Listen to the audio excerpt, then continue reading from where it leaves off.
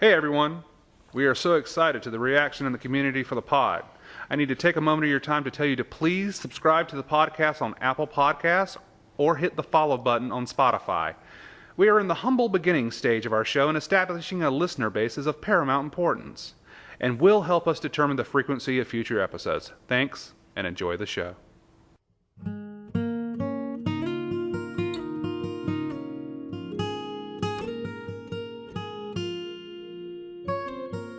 Hello and welcome to the Neuse Little Podcast, an audio program discussing the almost 50-year history of Neuse Little Theater and the backstage antics and stories that come along with running a community theater in a small town.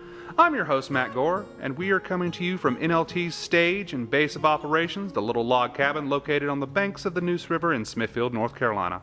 We lovingly refer to it as the Hut. Our 46th season, along with virtually every other community theater season in our state, has been postponed due to the COVID-19 pandemic, and in the meantime, we thought we could provide you with some additional content. Here with me today is a good friend of mine. I've known him for a while. He is an NLT board member, and he has been a part of NLT since 1991.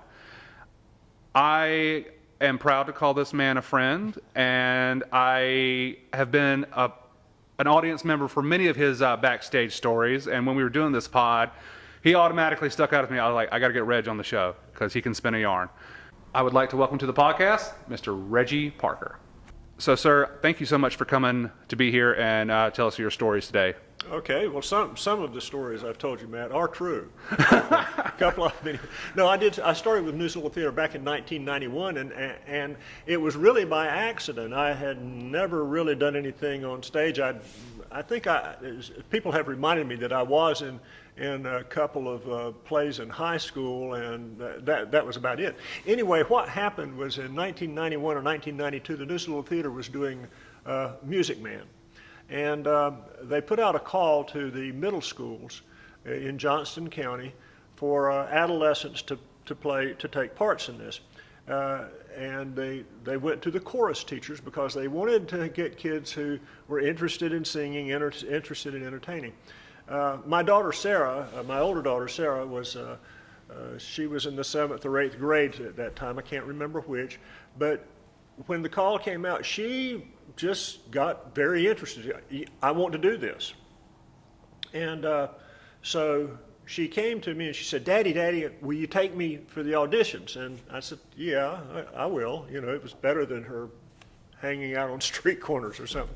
No, it was one of those things we've always tried to get our kids to do things that we thought that they would enjoy and also would be good for them at the same time. And of course, I thought this would be a good thing. So anyway, I wound up taking Sarah for auditions, and she got the part of Zanita in Music Man, which is the leading female teenage role. Gotcha.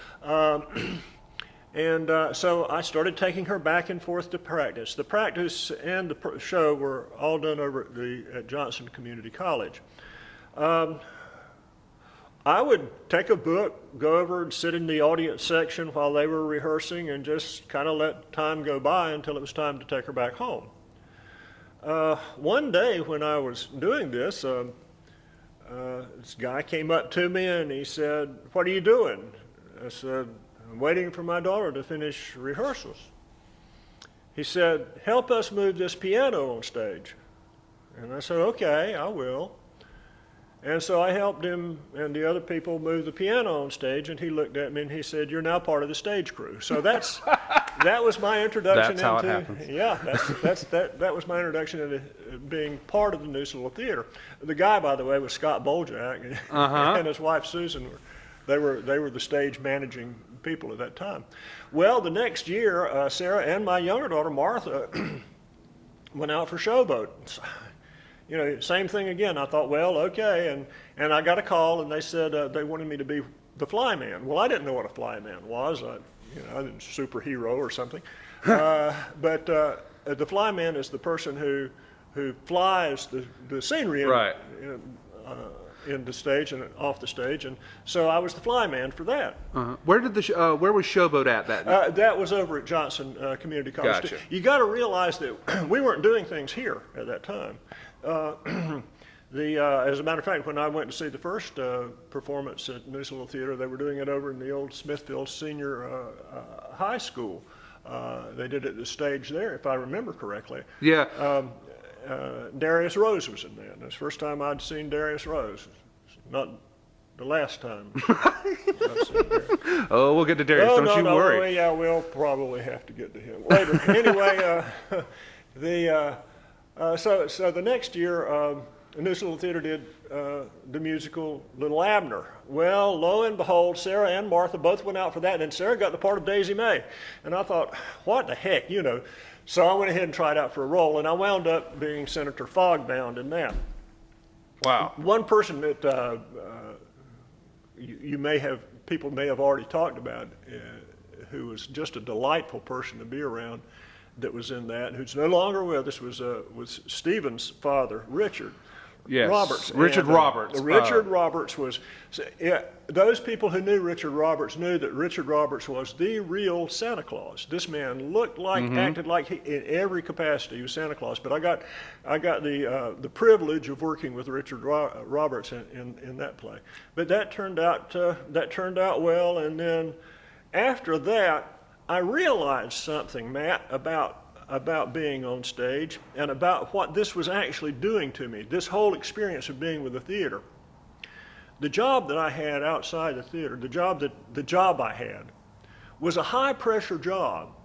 It was very emotionally charged. It was mentally very stressful, and I didn't realize just how stressful that job was until I started doing this, and I realized that I was being completely diverted from all of those worries, all those concerns that went with that job. This was something that was just enjoyable to me. And I think it was an oasis in a desert, one might say. Basically, yeah. It was, it was therapy in a way. Therapy, yes. Yeah, you hit the nail on the head. A lot of people say that. A lot of people say that. Exactly. That this is their version of therapy. Yeah. It's an escape. It's an escape, but it is I think a very educational, a very concrete escape, if you will, from the pressures of everyday life. It's something that's really very helpful. Anyway, so that basically started it out. And I think the next thing I did was Mousetrap, and I learned an awful lot too from the directors. I learned a lot. Okay, let's talk about that just a little bit. Now, who was the director of Mousetrap? Ken Mitchell. Okay. Who were you in Mousetrap? Yes. Who were you in Mousetrap? Mr. Paravicini. Ah, Mr. Paravicini. Mr. Paravicini. Yeah. Ah, yes. I love Mousetrap is my favorite Agatha Christie play. Oh, yeah, it's fantastic. I love that play. Now, who were you in there with in Mousetrap? Kathy Nixon. Gotcha. Yeah. Oh, okay. So yes, Kathy Nixon, who was with us back then. She was back then, and then she was gone for a long time. Yeah. And then she and Rich now have started doing. Yes, Rich Nixon and Kathy Nixon are a couple I would eventually like to talk to on the podcast too, because I didn't realize at first that Kathy had done it a lot as a teenager and a young woman. Yeah. So that's something I'll have to write down. Yeah. Barry Gay, Scott Boljak, David Wiley. And those were a few of the people that were in that. I can't recall everybody that was in right. No problem. Yeah. Did you that was your first play? Little Abner was a musical, right? Yeah, it was a musical. So that was your first straight play? Yeah. Yeah. And it was a lot of fun again, just working with the people. And learning, as I say, I learned a lot, of course, from my fellow actors, but the directors in these plays have been great as far as teaching you things. And, they will tell you something that really stays with you. I mean, for example, Ken Mitchell, I never thought about movement on stage before, I thought actors got up and they said stuff and that was it. But no, he said, blocking, movement on stage is as important, if not more so, than the words that are being said. I concur. And that was one thing I learned, and it was one of those things that I've tried to incorporate in anything that I've done since then. And I know that Ruth Mills also, another of the directors, and our present President Nilty, yes, sir. Anyway, she's Ruth taught me this business of coupling your words with your movements, how that helps you as far as learning your words. You know, learning what you're going to say. Movement of an arm in a certain way will help to bring forth a certain phrase. You Correct. know? So these things have been very important, very informative. So, Right. Yeah. And those skills that you learn on stage also translate into real life. Oh, sure they do. Yeah. Yes, Sure it they helps do. you. It helps you with. I can only speak from personal experience. It helps you with social anxiety. It helps you with public speaking. It helps you, carry your body in a certain way that you need for the situation. So yeah, it's been very helpful. Let's talk about maybe a few of the characters that we have here at NLT that we know. You mentioned Darius Rose. Yeah, I want to go back to some of the people that you will not be able to interview because they're no longer here. Because I think that please do. Okay, Tony Onisco. A few of you may remember Tony. Tony was a vintner. He made wine. He actually, when the Southern Estates winery was going on, he was their vintner over there. But Tony also made homemade wine, which was excellent. I still have a little part of a bottle of mead that he made years and years and years ago. But I worked with Tony in Music Man. He played the part of the mayor, and I got to play the part of the mayor later when we did Music Man. But Tony was a good fella. He was fun to work with. Of course, I've mentioned Richard before. Richard he was always. If you felt bad and you wanted to feel good, get around Richard Roberts for a while, and he'd make you feel better. He really would. He had that knack, and he was a lot of fun. He was a lot of fun to be on stage with for a lot of reasons. He gave the musical director for Little Abner nightmares. He didn't have any nightmares, but he gave her nightmares. She didn't know if he was going to be able to pull it off or not, but he did. He pulled it off very well. I know he did go up, and Matt, people who don't know, the term going up means that you lose your line completely. Yeah. You can't remember what you're supposed to say or sing. But I had to go and handcuff him. I was dressed as a cop, and I had to go and handcuff him, and we had both face the audience, and he had to sing the song. About halfway through the song, he couldn't remember what he was supposed to sing next, and he starts going la la la. In the tune of the music, with the music. Yeah. But he got through it. But it was great. And then another one that I wanted to talk about these two guys in the same. Did the same play with them. 12 Angry Men. Ooh, one of my favorite plays. Which almost wound up being a complete disaster. There are a couple of things in 12 Angry Men that are very memorable. One of them is the fact that you have these 12 guys sitting in a semicircle facing the audience, and we're supposed to be deliberating this murder case. We are the jury. All right, which juror were you? Number one. Okay. Okay, yeah. So you were the foreman. Yes. Okay. So anyway, we were in this circle, and something happened somewhere along the line one night that a line was missed or something, but we started doing that old thing of circling, trying to get back to where we were supposed to be so we could go from there. Oh, you're talking about someone got off script. Yeah. And well, we kept going back, and we kept going back and forth. And I still remember the stares on these people's faces as they would look at each other across the table like, are you going to say, are you going to say something? And then somebody would come in and say something. But we finally got out of that. But two other things that I want to mention about two people who are no longer with us, but who were great to be on stage with. I worked with Bill Woodall over at Benson Little Theater on a production, and he did 12 Angry Men here. He played the Henry Fonda role in juror number 8. Yeah, okay. And then John Colcom was the one who was played by the guy that was so nasty. The asshole? Yes. Juror number 3. Yeah, okay. Yeah, okay.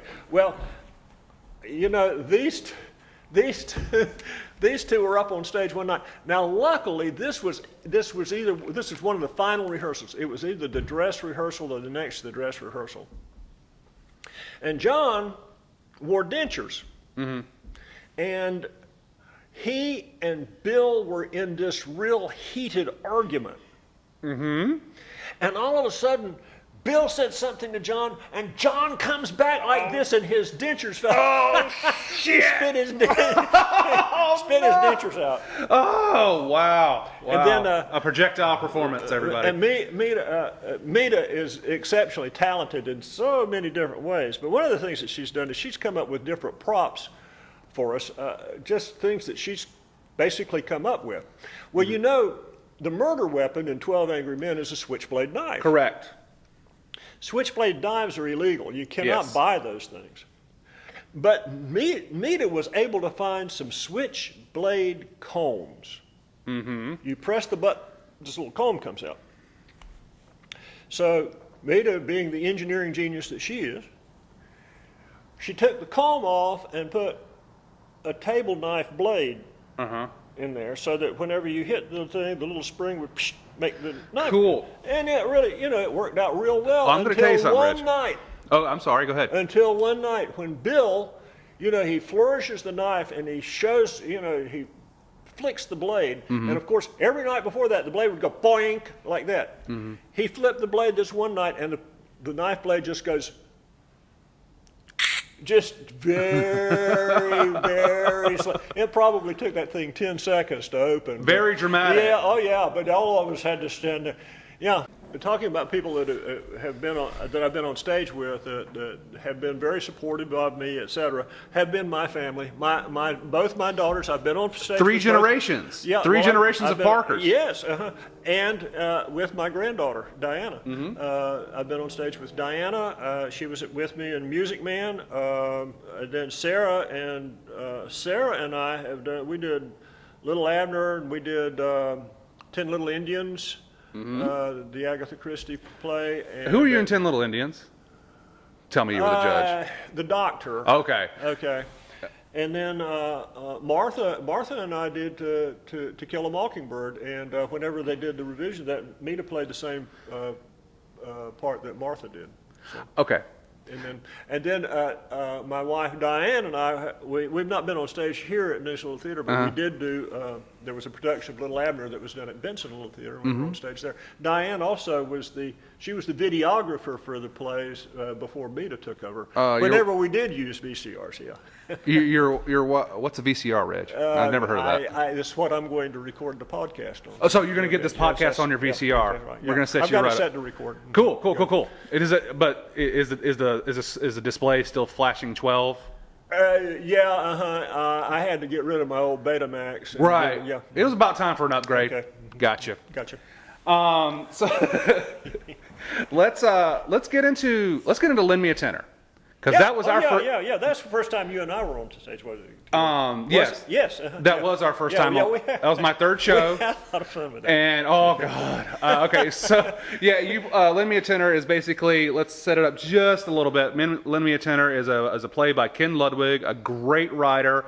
And basically, it's about an assistant named Max, and Saunders is his boss, played by you, and he is very much a browbeating, very always giving Max a hard time, and Max wants to be an opera singer, but Saunders isn't going to let that happen. So this big-time opera singer comes into, he's a music promoter, Saunders is, and this big-time opera singer, Tito Morelli, comes in to do a show, and it's a big deal for Saunders because this is a big get, and he doesn't want anything to screw it up, especially Max. So Max is tasked with watching Tito, and chaos ensues. And it's a farce. It's very fast-paced. Oh, yeah. I was in a sweater under these lights, and I was about to die. Oh, yeah. So, talk about that. Oh, well... Why you say? First of all, great cast. It was very well directed. And, and very it was well very directed well by acted, Stephanie Viren. It was a lot of fun. I still remember that little scene that you and I had when we were standing side by side and doing the. Was it the laughing bit or the phone bit? Were we upstage or down? I think we were upstage. Okay, so that's the phone bit. Okay. So that was really like snap, crackle, pop, Yeah. back and forth. And then what was the other one? I can't remember. That was downstage when Tito has passed out and you think we have to cancel the show. And Okay, no, it was the other one. It was the phone bit. Yeah, Yeah. yeah. That was fun because we really played off each other. I've always played off Matt real well, and Matt's been very helpful. Whenever, as I say, I'm an old guy, I forget things, and Matt will jump in every once in a while and give me the wrong line just to set me off. I'm the wind beneath your wings, Reg. Yes, you are. Yeah. I think in the past, earlier on in the history of the Neuse Little Theater, there used to be more of an effort by actors on stage to try to make each other break character. Through their performance? Yeah, during performance. I remember, but you have to remember that a lot of the times you were working with people who were not going to break character. They just were not going to do it because they'd been on stage enough. They just weren't going to. But they would test each other's limits. Let's say. Kathy Nixon played one of the Pigeon sisters in Odd Couple. Darius Rose was Felix to my Oscar. Oh, wow. Damn, I want to see that. Dig that one out of the archives, Mita. It's on a videotape. Yeah, I think you've got it on. Well, actually, the performance that you would see on the DVD that we've got now is from the night that this happened. Okay. Darius had been showing the Pigeon sisters what were supposed to be pictures of his apartment. But they weren't. What were they pictures of, Reg? Let's just say, since this is PG, naughty pictures, okay? Oh, naughty, my. Exceptionally naughty pictures. And he would show these pictures to the Pigeon sisters, who had to sit there and say, "Oh, that's too bad. Oh, that's terrible." That's definitely too bad. Kathy had finally had it. She finally decided that she was going to fix Darius. So I believe it was the last night of the performance. There is nothing in the script about Kathy talking about her ex-husband, her Stanley,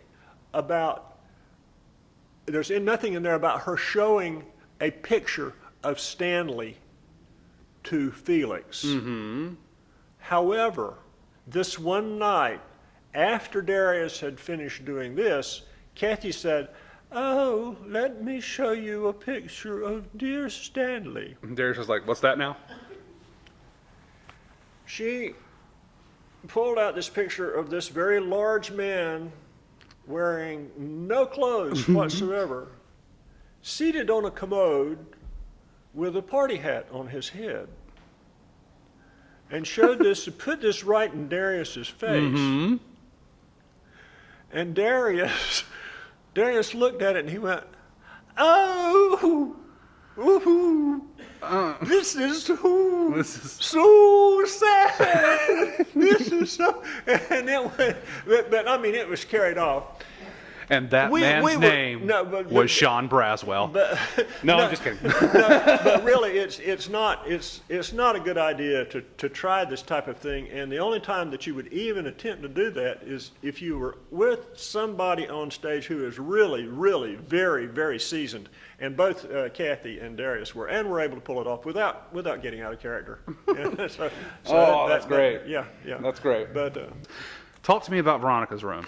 This is the third show in a row where Veronica's Room has come up, and a show that I don't think it's stepping out of boundary to say that was not a smash hit, but that was well attended, but just people were taken aback by it, right? Yeah, I was. And I was in it. No, I remember reading through it the first time, and I thought, what have I just read? I I don't understand this. And you had to read it back through the second time. And I think Joy... Well, do me a favor. We have to actually set it up. Just set up the synopsis the best you can. Mita, you might need a hand. Because this was the... I don't know whether I've often jokingly called Joyce, Kilpatrick Jordan, my sister wife. And that's really where that comes from. Why? Well, you've got, it's not a light play. Right. You've got necrophilia, incest, and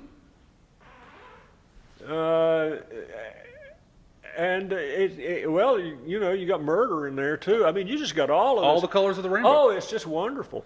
I know Joyce and I, by the time we would get finished with the performance, we would, and Shannon, you know, and what was his name, Ross, we would be totally exhausted because of the content and the amount of effort that had to be put into it. And I know by the time we got to the last scene, Joyce and I would be so worn out we could barely get through it. I mean, it was just physically, emotionally, mentally exhausting. The girl Shannon, and very physical. The girl Shannon, who is the victim in this play. And I'm not a guy, I'm a cruel, nasty character, the kind they usually put me in. No, you were cast against type. Yeah, well, anyway. You were cast against type. I had to be mean. I mean, terribly mean. And I don't start out that way. I start off acting like a real nice guy, but then you find out, you know, the inner self is just really a nasty person.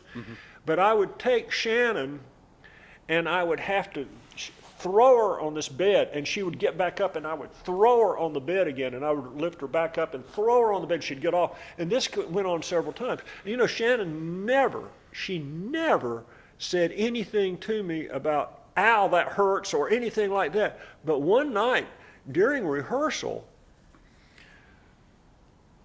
I got ready to lift her up, and I noticed that her arms were bruised up here where I had actually been taking her and throwing her down there on that bed. And you talk about somebody that felt bad. Now, I really felt bad about that.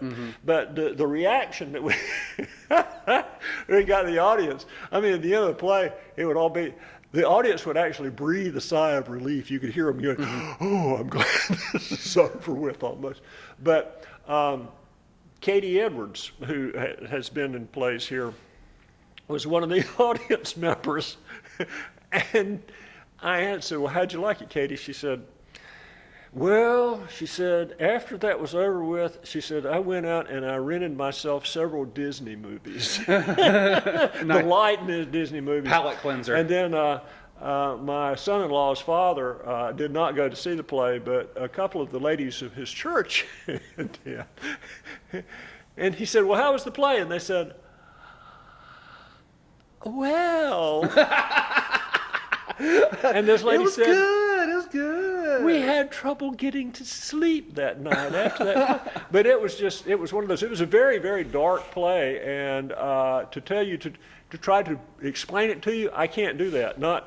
I can't do it. As I say, it had all of those factors in it. There was murder involved. There was necrophilia involved. There was a girl named Veronica, and she was in a room. Yeah, and Veronica was the... Ira Levin was the writer of the script. Yeah, Okay, yeah. He wrote Rosemary's Baby. Okay, and he did that too, yeah. That explains a lot. Yeah. Why hasn't that been turned into a play? Yeah, but yeah. So let's take a step back from theater. Let's talk about you've been in the military. Yeah. Tell us about your service, sir. I was in the Air Force for 4 years, from 1966 to 1970. I was stationed most of that time in Alaska. I was a linguist. I was a Russian linguist. Right. Give me some Russian right fast. Здравствуйте, как вы поживаете сегодня вечером? That's hello, how are you doing this evening? Okay. Interesting. Yeah. All I know is до свидания. До свидания. Good. Or you could also say всего хорошего. Same thing. Right. So basically, But до свидания is easier to say. yes, yeah. There's a lot of Russian. I read a book on Rasputin recently, and the Russian names really tripped me up. Fantastic. Yeah. So yeah, continue about your about that. You're a radar operator or linguist. I'm sorry. Yeah. I was what they called a voice intercept processing specialist. Okay. So but I listened to the Russians. You listen to you just listen to what was going on, you know? Yeah. I was keeping America safe from Russian invasion. Cool. Yes. Thank you for that. Thank you for your service, sir. Now, I did want to bring this up near the end of our show. Could you talk about Vivian a little bit, if you feel comfortable, sir? Yeah, Vivian was my buddy. What was her last name? Whirl. Yeah. I've known Vivian for a very, very long time. Did a lot of shows together. Knew her outside of that. An exceptional, again, I use the word exceptional a lot in this, but there have been some exceptional people in this, and Vivian was most exceptional. She was an excellent, she had a beautiful singing voice.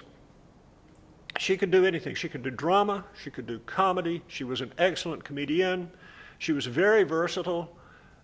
She won a Cannon Award for playing the part of the driver in Driving Miss Daisy, which is a male role. You know, okay. She got the leading male role Cannon Award that year for her portrayal. Awesome. She played a man. yes, Oh, okay. and pulled it off perfectly. Awesome. I did not. I was And not she aware was of a that. beautiful woman. I mean, you So know, you're saying she played the Morgan Freeman role as? Yes, she did. Yes, as a male. She did an excellent job, and a person who loved to laugh and loved to make people laugh, and was very, very good at it. A sweetheart. Her life was very tragic, though. She lost her husband very early, Hutch, who was he used to come to all of her performances, be here for rehearsals, everything else. Very family-oriented man, very good man, and he died very tragically. And Vivian actually was in a play at that time. She was playing Once Upon a Mattress, and carried on with that role throughout that whole time.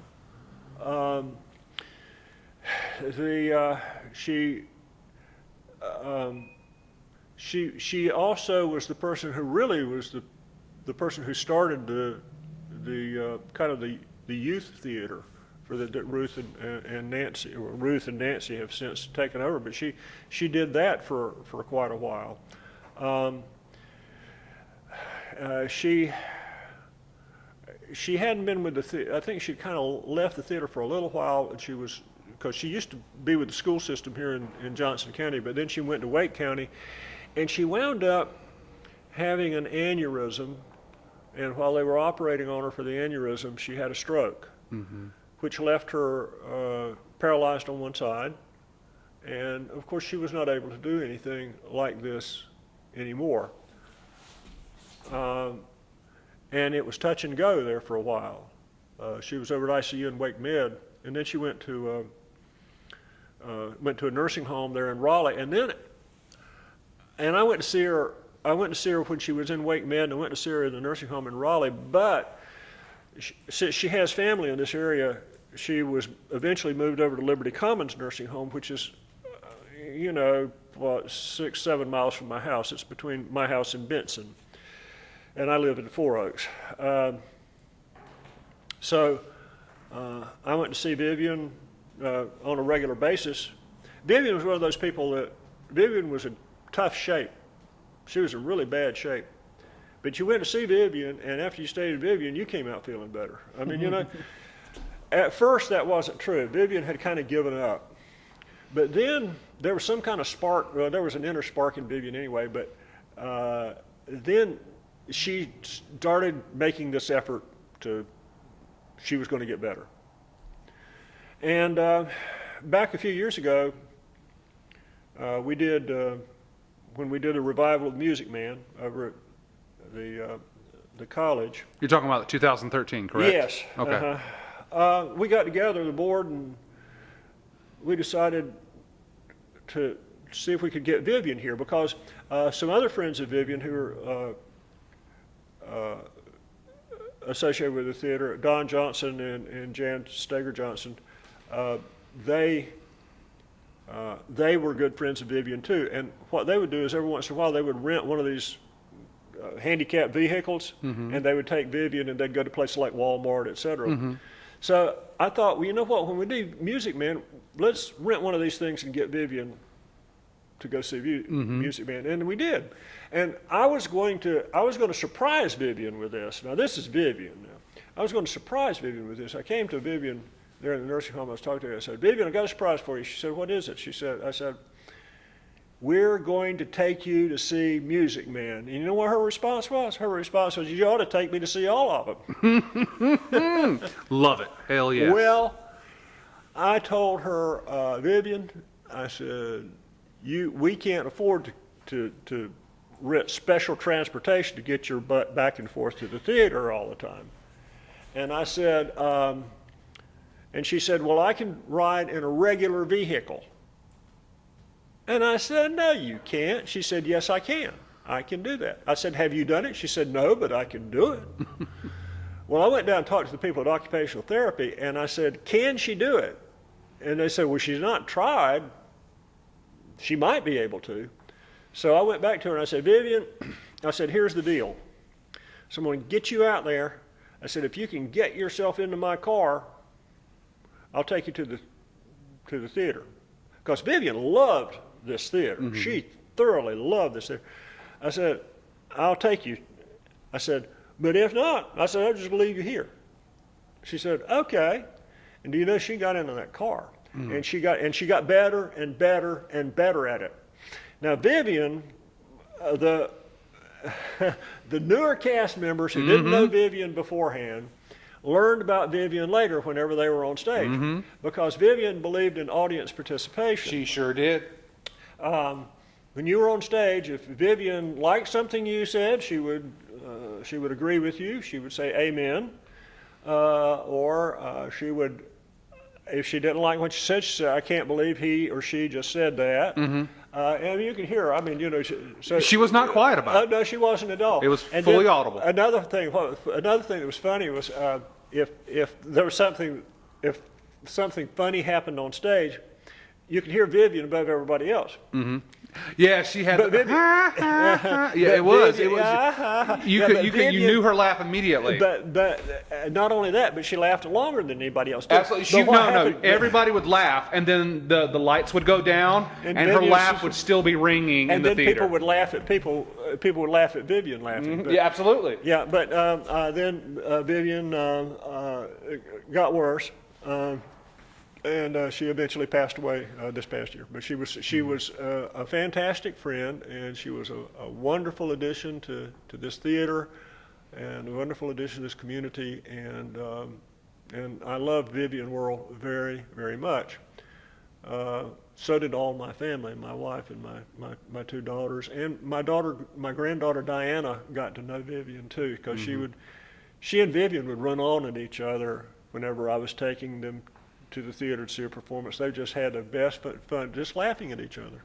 But I always told Vivian that if she misbehaved too much in the theater, I was going to take her out back and take a wheel off of her wheelchair. But Vivian, one of the little jokes Vivian and I had is we told people that when we grew up, we were going to get married to each other. Yeah, I love Vivian very much. Well, we love you, Reg. Well, thank you. And whenever I'm in a show with you, I automatically feel more at ease. Well, I do too, because I know you know your stuff and you love it. So yeah, that makes a lot. And you know, you're fun to act with. Well, I appreciate that, sir. And working with you on stage during that process on Lend Me a Tenor, working with Stephanie, that was fun. owning that character, I was just like, and I wanted you to browbeat me, like, be mean, be an asshole, please. It'll make it Usually, funnier. If there's a role that comes up for a crusty old man, they look at me. You always say that, but yet you get one of the more interesting roles. I mean. Was Our Town the last show you were in? Yeah, and I was going to mention that too. That was the last show that you and I were in together. And I know I've said this about several people watching Joyce and Evelyn Martin together in Suddenly Last Summer. Oh yeah. I found myself actually. I was part of the cast, but I found myself watching them and actually. As if I were a member of the audience. They were just so good in those roles that I just enjoyed watching them act. You played the doctor. Yeah, you played the doctor. Now, you had a kiss on during Southern Last Summer with her name Evelyn Perlman now. Yeah. And it was like my favorite part of the play because I was just like I kind of liked it too. You're like, this is pretty good. I like this stuff. But no, she was brilliant in that. Oh yeah. Well, she and Joyce both. I mean, the whole cast. It was very well done. And I didn't think I was going to like the play at first, but I wound up. It was one of the performances. Me too. When I first read the script, I was like, okay. Yeah. But then when we did, I was just like, this is actually really good. And then, speaking about watching people as they act and enjoying watching them in those roles, your role in Our Town, the music director. Yeah, Simon Stinson. That was very touching, and it was very, very well done, and I thoroughly enjoyed watching you do that. Oh, I didn't know. Simon Stinson played the role of music. He was a music director in the town that Our Town takes place in, but he is one of the. We got to be dead on stage. Very tragic. Yeah, he's tragic. He hung himself. I was the old farmer, and you were. Yeah, he kind of represents in this idyllic community where everything is bright and everybody, a white picket fence and everything's just so. He kind of represents the real reality of the undercurrent of darkness, that mental illness is real. Oh yeah. And there are people who I've been. You have to realize I've been with the theater now for a long, long time, and I've been on stage with many, many people and it's been very, very rare that I've not appreciated the performances of the people that I've been on stage with, and also the backstage work that's done. Steve he's the perpetual stage manager, but he and Mita do so much for the theater outside of what you see here. Stephen Roberts. Now, I meant to say this earlier when you brought up his father, Richard, and believe it or not, Stephen hasn't been mentioned on this podcast yet, and that is a crime. Yeah. Stephen Roberts is our stage manager, set builder for every single show. Yeah. I think he's missed one in like the last 15 years or something like that. And I've actually been on stage with Stephen twice. Oh yeah, in Man Who Came to Dinner? Was it that one? I'm sorry. No. It was a few good men. Right. And then also, he and I were together in Little Abner with his dad. That's awesome. Every now and then, Stephen gets dragged on stage. Yeah. Stephen is one of our more colorful characters here at Neuse Little Theater, and getting him and getting him on this pod might prove a challenge.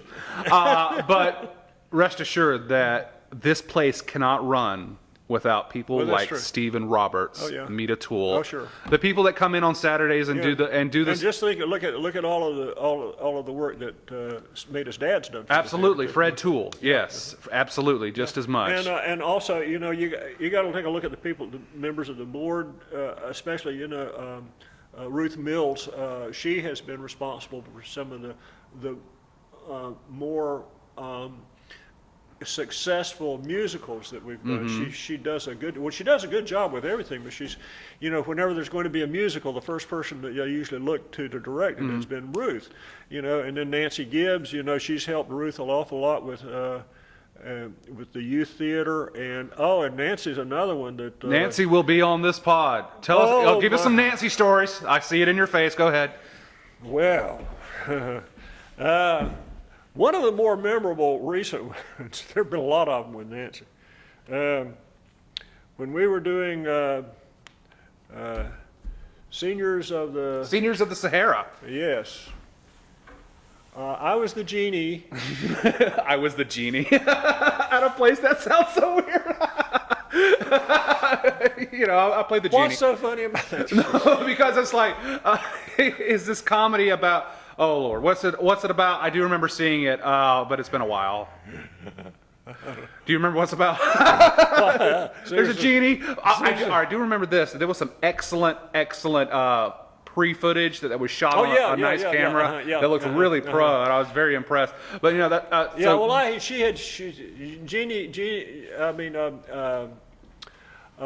What's her name? Nancy. Nancy played this part of this widow who had gone over to Egypt or to the Middle East somewhere and had wound up with this old lamp and brought it home, and she didn't realize that it was the lamp that the genie was in. And there was a nefarious character played by Sammy Smith who was after it too, and so the genie winds up erupting from the lamp, and she has to deal with the genie. Well, she and the genie fall in love with each other, if you can imagine that. Oh, how do I say this?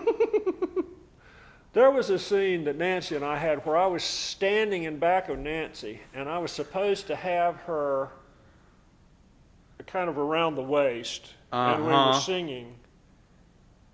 And I think we were singing. I can't remember what we were doing because of what happened next. You were dancing.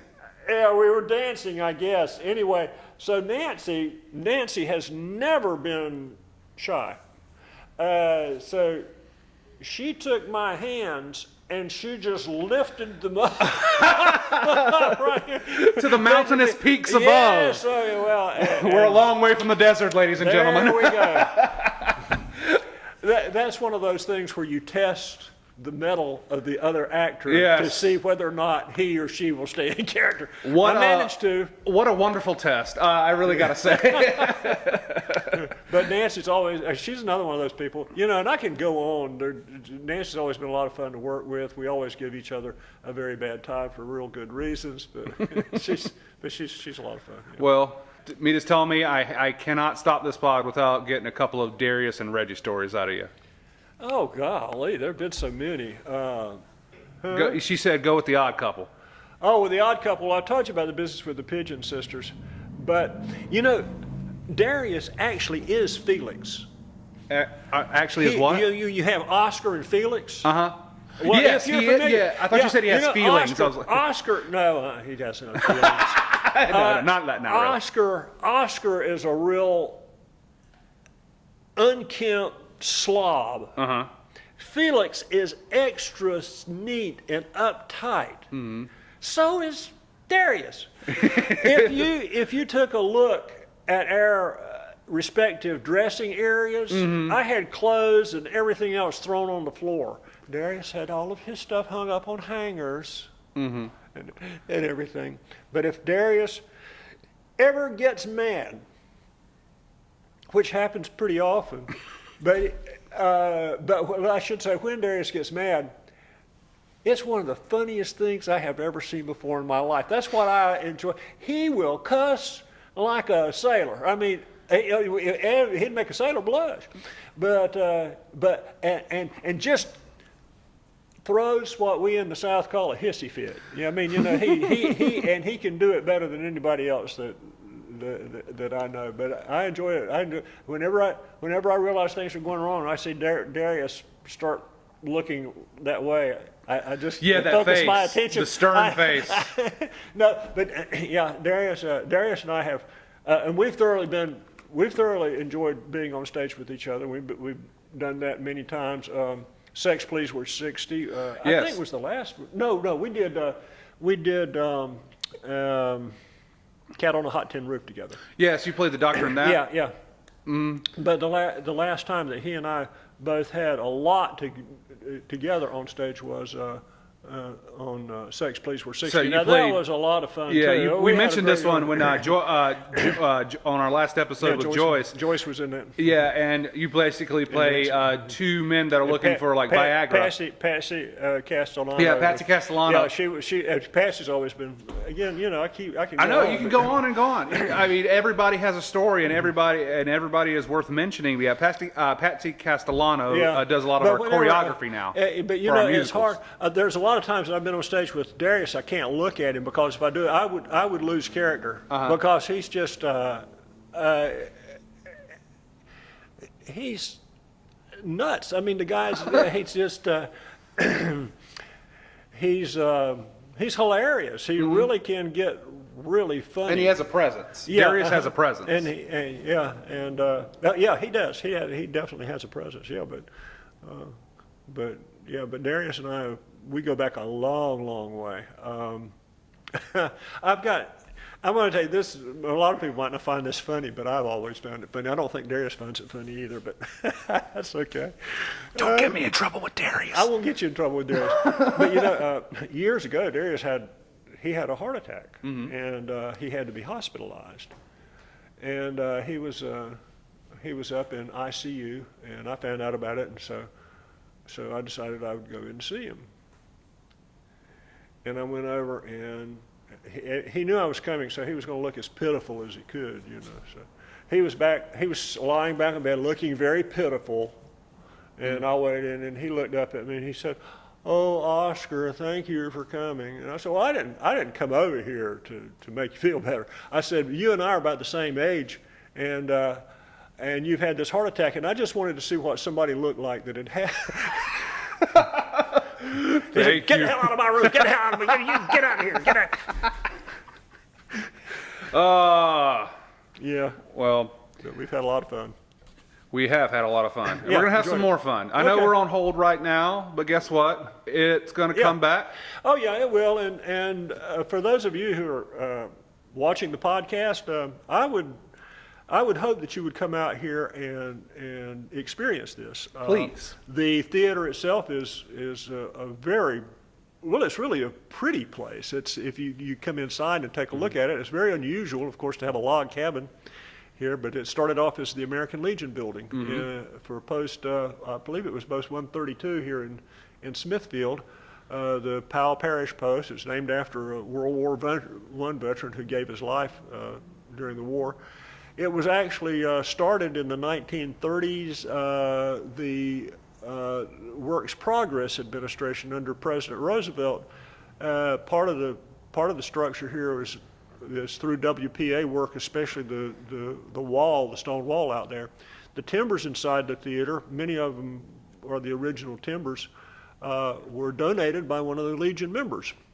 Back during World War II, this was used as a receiving station for troops who were coming through to go to different stations as a reception center by the USO.